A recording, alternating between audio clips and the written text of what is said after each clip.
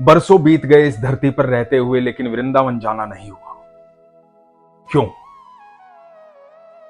जब भी आपसे पूछा जाता है वृंदावन कब जा रहे हो, तो आप लोग क्या कहते हैं कि देखो ठाकुर जी कब बुलाते हैं। मतलब एक बात तो स्पष्ट है, जब तक ठाकुर जी नहीं बुलाएंगे तब तक वहां जाना नहीं होगा। और जिसको वो बुलाते हैं उसके लिए सारे इंतजाम कर देते हैं, सारे साधन तैयार कर देते हैं, क्योंकि जो भी वृंदावन जाता है उससे ठाकुर जी स्वयं मिलना चाहते हैं, इसीलिए उसे बुलाते हैं।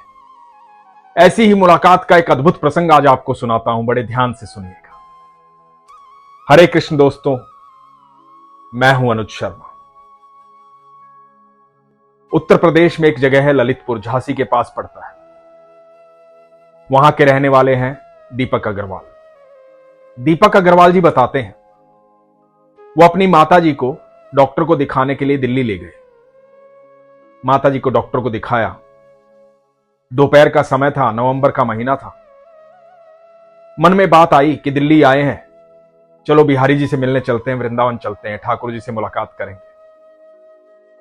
और अपनी माता जी के साथ अपोलो अस्पताल दिल्ली के पास से एक बस ली। बस में बैठ गए। बस मथुरा जा रही थी। शाम को वो बस वृंदावन हाईवे पे पहुंची और वृंदावन हाईवे पर दोनों मां बेटा उतर गए बस से कि आगे वृंदावन जाना है। अब दूसरे साधन का इंतजार करने लगे कि कोई बस आएगी, कोई कार आएगी, कुछ तो आएगा। काफी देर इंतजार किया लेकिन कोई साधन नहीं हुआ। कहीं से कुछ आता जाता दिखाई नहीं दिया। सुनसान सड़क, जंगल। दोनों मां बेटे बड़े परेशान हुए। फैसला लिया कि अब पैदल ही चलते हैं, जहां तक चला जाता है। थोड़ा थोड़ा अंधेरा भी होने लगा था। पैदल चलने लगे। दीपक जी बताते हैं कि इनके घर पर लड्डू गोपाल की सेवा होती है। ठाकुर जी के अनन्य भक्त हैं पूरा परिवार। तो अपने लड्डू गोपाल को याद किया। लड्डू गोपाल को कहा कि हे प्रभु, साधन तैयार कीजिए, आपसे मुलाकात करने आना है, कुछ तो कीजिए प्रभु, कोई तो साधन हो। और अपने भगवान से बात कह करके दोनों मां बेटा पैदल पैदल चलने लगे। दीपक जी बताते हैं कि थोड़ी देर के बाद एक लाल रंग की कार आई, एक छोटी कार। वो कार आकर के इनके पास रुकी। हैरानी की बात यह थी कि वो कार चलाने वाला जो चालक था वो मात्र 14-15 साल का था। दीपक जी बताते हैं घुंघराले बाल थे, मोटी मोटी आंखें थी, एक अद्भुत मुस्कुराहट थी उसके चेहरे पर, सांवला रंग था। कार रोककर उसने कहा कि आइए बैठिए, मैं छोड़ देता हूं आपको। तो दीपक जी की मां ने दीपक जी को कहा कि नहीं, ऐसे किसी के साथ बैठकर नहीं जाएंगे, ये ठीक नहीं रहेगा, अनजान है, किसी की गाड़ी में बैठ के नहीं जाएंगे। तो दीपक जी ने समझाया कि वो अकेला ही तो है, हम तो दो हैं, कुछ नहीं होगा मां, आगे सारा जंगल है, सुनसान रास्ता है, कोई साधन भी नहीं है, बैठ जाते हैं इसमें। और दोनों बैठ गए। दीपक जी की मां घबराई हुई थी। दीपक जी बताते हैं वो सांवला बालक दीपक जी की मां को देख करके मुस्कुरा रहा था। गाड़ी आगे बढ़ी। बालक कहने लगा कि आप लोग गलत तरफ जा रहे थे, वृंदावन उस और नहीं है, आप गलत रास्ते पर थे। आप एक काम करिए, मेरे साथ मेरे घर चलिए, मथुरा में मेरा घर है, मथुरा चलिए, आज रात को वहीं रुकिए, कल सुबह वृंदावन छुड़वा दूंगा, वहां से वृंदावन चले जाइएगा। तो दीपक जी ने और उनकी मां ने कहा कि नहीं, हमें आपके साथ नहीं जाना। दीपक जी अपनी मां की घबराहट देख करके समझ गए थे कि मां को ठीक नहीं लग रहा। तो थोड़ा आगे जाकर के दीपक जी ने कहा कि आप हमें यहीं छोड़ दीजिए, बस यहीं रोक दीजिए। तो उस बालक ने कहा कि यहां कोई साधन नहीं है, कोई साधन नहीं मिलेगा। तो दीपक जी ने कहा कि कोई बात नहीं, हमें छोड़ दीजिए, उतार दीजिए। उस बालक ने थोड़ा आगे गाड़ी ले जाकर के रोक दी और कहा कि सुनो, एक काम करना, ये आगे रेलवे लाइन दिखाई दे रही है ना, इसके पार तुम्हें एक गाड़ी मिलेगी, वो तुम्हें वृंदावन छोड़ देगी, उसमें चले जाना। दीपक जी की समझ में कुछ नहीं आ रहा था।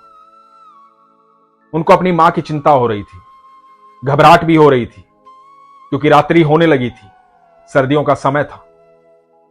यह बालक ये कह करके वहां से चला गया। दीपक जी बताते हैं, जब पीछे मुड़कर देखा सड़क पार करते वक्त, तो देखा कि दूर दूर तक वो गाड़ी दिखाई नहीं दी। सड़क पार की, एक पगडंडी पर चलने लगे। थोड़ा आगे जाने के बाद एक चाय की दुकान मिली। चाय की दुकान पर गए। उस चाय की दुकान के पास एक चारा ढोने वाली गाड़ी खड़ी थी। दीपक जी ने उस गाड़ी वाले से कहा कि भैया क्या वृंदावन तक छोड़ दोगे हमें? उस गाड़ी वाले ने कहा कि नहीं भैया, गाड़ी खराब है, स्टार्ट नहीं हो रही है, दोपहर से यही हूं, कोई मैकेनिक मिला नहीं है, जब तक ठीक नहीं होगी तब तक जाऊंगा नहीं। तो अब तो रात को जाने का मतलब ही नहीं बनता है। दीपक जी बड़े चिंतित थे।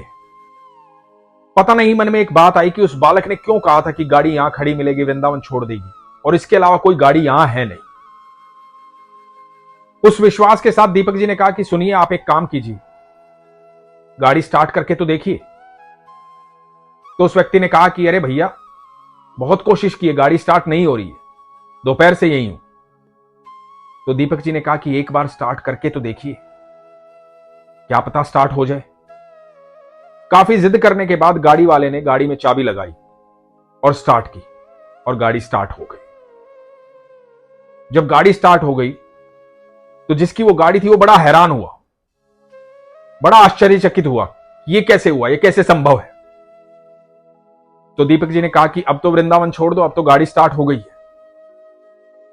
तो उस गाड़ी वाले ने कहा कि बैठिए, पर यह हुआ कैसे, ये कैसे हो सकता है, गाड़ी स्टार्ट ही नहीं हो रही थी, एकदम से स्टार्ट कैसे हो गई। तो दीपक जी ने बताया कि शायद हमारी मुलाकात अभी बिहारी जी से हुई थी। हम मां बेटा इस तरह से आ रहे थे, रास्ते में एक गाड़ी रुकी, उसमें एक बालक था, घुंघराले बालों वाला, मोटी आंखों वाला, सांवला सा, अद्भुत मुस्कुराहट थी उसके चेहरे पर। उसने हमें बताया कि यहां रुक जाओ, पार करो, एक गाड़ी मिलेगी, वो गाड़ी तुम्हें वृंदावन ले जाएगी। तो गाड़ी वाले ने कहा कि यहां कोई ऐसे ही नहीं आता, और जो भी आता है ठाकुर जी उसका पूरा ध्यान रखते हैं। ब्रिज में बिहारी जी अपने भक्तों से मिलने के लिए इधर उधर घूमते रहते हैं। तो आपको तो साक्षात बिहारी जी के दर्शन हो गए, ठाकुर जी के दर्शन हो गए, उनकी कृपा से मेरी गाड़ी भी स्टार्ट हो गई है। गाड़ी चलाने वाला बड़ा खुश था, प्रसन्न था, और उस गाड़ी चालक ने मां बेटे को वृंदावन छोड़ दिया। ये होटल में गए। उस गाड़ी चालक को जब पैसे देने लगे तो उसने पैसे लेने से इनकार कर दिया। उसने कहा कि नहीं, आपको बिहारी जी ने भेजा है मेरे पास, मेरी भी गाड़ी स्टार्ट हो गई, मैं भी आ गया, मुझे भी आना ही था, पैसे की आवश्यकता नहीं है। दीपक जी बताते हैं कि बड़ी जिद कर करके उसे पैसे दिए। दोस्तों, आप यकीन मानना, जो भी वृंदावन जाता है वो अपनी मर्जी से नहीं जाता। हमें लगता है कि हम ठाकुर जी से मिलने जा रहे हैं, लेकिन वास्तविकता यह है कि ठाकुर जी जिससे मिलना चाहते हैं उसे वृंदावन बुलाते हैं। जिससे ठाकुर जी मुलाकात करना चाहते हैं उसे वृंदावन बुलाते हैं। जब भी वृंदावन जाओ तो ये जान लेना, ये मान लेना कि आप साधारण नहीं हो, आप खास हो। आप खास हो इसलिए ठाकुर जी ने आपको बुलाया है। आप उनके प्रिय हो, वो आपसे प्रेम करते हैं, इसलिए आपको वृंदावन बुलाया है। इसलिए वृंदावन की धरती पर उतरते ही सबसे पहले ब्रिज की रज को अपने मस्तक पर लगाना, ठाकुर जी को धन्यवाद करना कि ठाकुर जी, आपने इस जन्म में हमें यहां पर निमंत्रण दिया, यहां पर बुलाया, अपनी जगह पर बुलाया, इसके लिए आपके बहुत आभारी हैं। वृंदावन साधारण जगह नहीं है, और वृंदावन में जो जाते हैं वो बड़े खास होते हैं। जब भी जाओ ये सोच के जाना कि आप ठाकुर जी के खास हैं, ठाकुर जी का अद्भुत प्रेम है आपके साथ। तो वृंदावन जाना आसान नहीं है, तभी जा पाते हैं जब ठाकुर जी बुलाते हैं। आप भी जाना चाहते हैं वृंदावन, तो प्रगाढ़ विश्वास रखिए ठाकुर जी पर। अपने विश्वास को कभी कमजोर मत होने दीजिए। ठाकुर जी को बोलिए कि ठाकुर जी आपसे मुलाकात करना चाहते हैं, आपसे मिलना चाहते हैं। हम भी आना चाहते हैं वृंदावन आपसे मिलने के लिए। और फिर देखिए, कुछ ही दिन में वो होगा जो बरसों से संभव नहीं हो पाया। आप जल्द ही वृंदावन जाएंगे, लेकिन इसके लिए विश्वास की आवश्यकता है। इसीलिए मैं कहता हूं, अपने विश्वास को मजबूत रखिए, अपना ख्याल रखिए। हरे कृष्ण।